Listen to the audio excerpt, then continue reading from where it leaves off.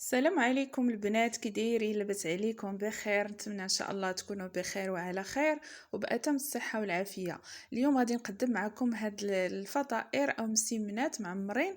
فهنا عندي واحد الكميه ديال الدقيق فورس، تقريبا واحد 5 الكؤوس، وعندي كاس ديال الفينو ديال الدقيق الفينو، وعندي شويه ديال الخميره معلقه صغيره، وشويه ديال الملحه. صافي هنا كنجمع بالماء وكندلك العجينه ديالي شويه.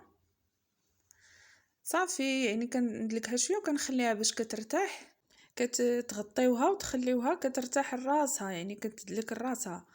فانا كنغطيها بهذا السلوفان وغادي نخليها الوقت اللي غادي نوجد فيه الحشوه.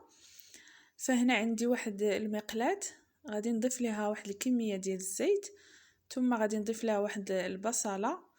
صافي وغادي نخليها هكا حتى كتهبط ليا ديك البصله، حتى كتشحر وكتهبط. وكنضيف ليها يعني فلفله، ممكن ديروا الفلفله ديال فلافل هكا ملونين.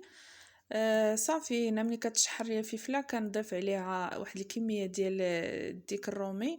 تقدروا ديروا كفته، تقدروا ديروا الدجاج، يعني اللي عندكم.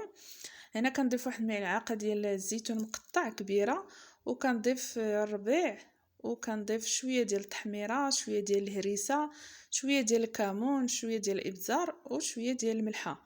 صافي كنخلط هاد المكونات حتى كيتمزجوا مزيان. صافي هنا الحشوه راه كتكون وجدات، يعني كنشحرها غير واحد شويه باش كيتمزجوا ليا دوك العطريه. وصافي كندوز للعجين ديالي، فكتكون ارتاحت كي كتشاهدوا معايا راه ارتاحت. فكنحاول نقسمها هكا القريصات اللي يكونوا متساويين.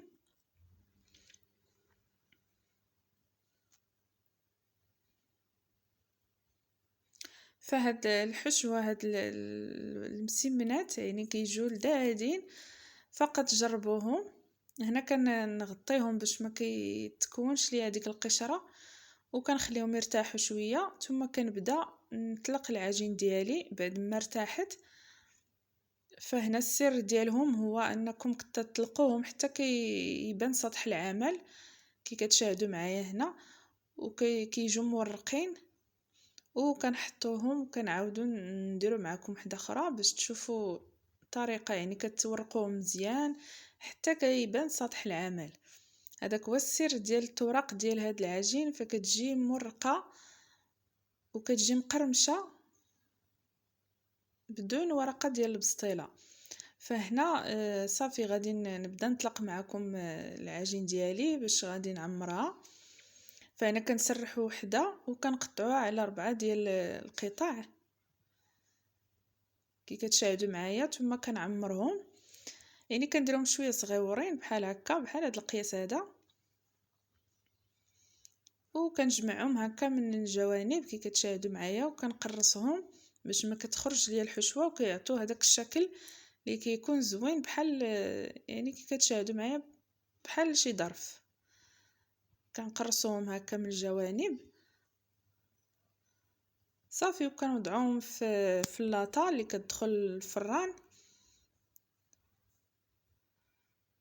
وكندهنوهم. يعني تقدروا تدهنوهم بالبيض، تقدروا تدهنوهم انا غادي نكتفي غادي ندهنوهم غير بالصوجه، حيت ما عنديش البيض غندهنوهم غير بالصوجه.